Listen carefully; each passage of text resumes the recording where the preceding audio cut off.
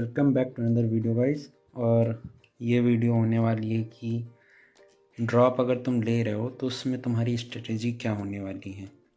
तो अगर तुम नीट 2026 के लिए या जेई के लिए जिसके लिए भी ड्रॉप ले रहे हो तो इसमें सब बेसिक जो भी स्ट्रेटेजी फॉलो करनी चाहिए तुम्हें वो बताने वाला हूँ। तो सबसे पहले अबे जल्दी बोल, कल सुबह पनवेल निकलना। ये है कि तुमने जो लास्ट ईयर मिस्टेक्स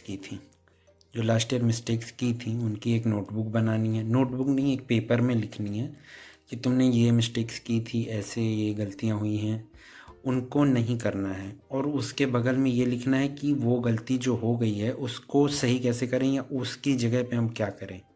ठीक है। और दूसरा पॉइंट है कि प्लानर, मतलब तुम जीरो से अगर ड्रॉप ईयर में हो तो तुम ज़ीरो से तो नहीं पढ़ रहे हो। कुछ चैप्टर्स होंगे जो बहुत अच्छे से आते होंगे, कुछ होंगे नहीं आते होंगे, मतलब 50-50 मान के चलो, 50 नहीं तो भी 30% तो आता होगा, 40% आता होगा।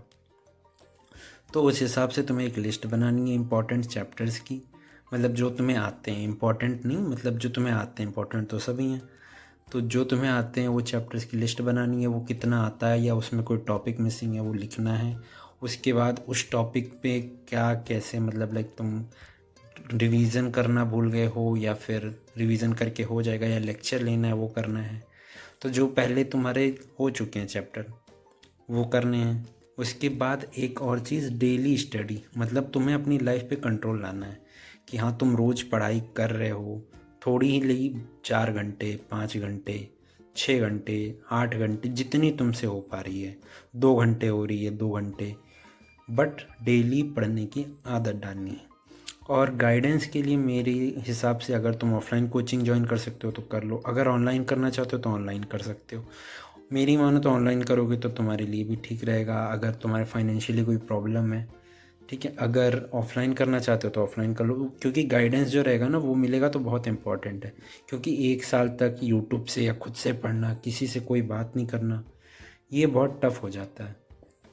तो अब आते हैं, ये तो जनरल बातें हो गई। अब आते हैं कि मेरी बेसिक स्ट्रेटजी क्या होगी जो मुझे फॉलो करनी है। तो मुझे बायो में ऑलमोस्ट इस बार मेरे आ रहे हैं 300 मार्क्स, 300 to 35, 310, 295 भी हो सकता है, उसके ऊपर है आंसर की के।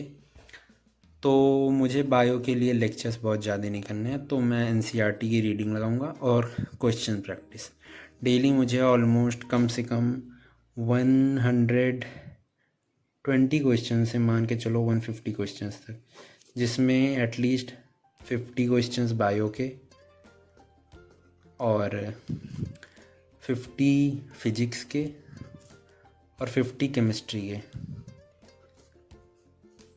2 बार फिजिक्स लिख दिया सॉरी, 50 केमिस्ट्री के क्वेश्चंस करने हैं। ये बेसिक करना ही है, इतने क्वेश्चन प्रैक्टिस तो डेली करनी।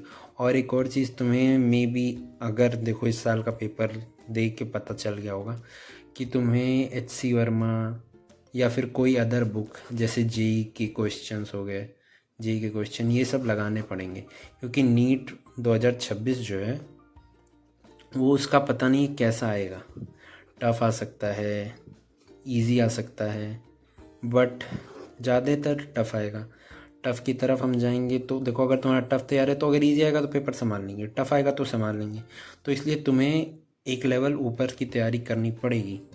लाइक तुम जेई के क्वेश्चन लगाओ, AIPMT के लगाओ, एम्स के लगाओ, तो इन सब की तैयारी करनी पड़ेगी। तुम HC वर्मा ले सकते हो, 38-37 ईयर्स के क्वेश्चन पेपर की प्रैक्टिस के लिए ले सकते हो।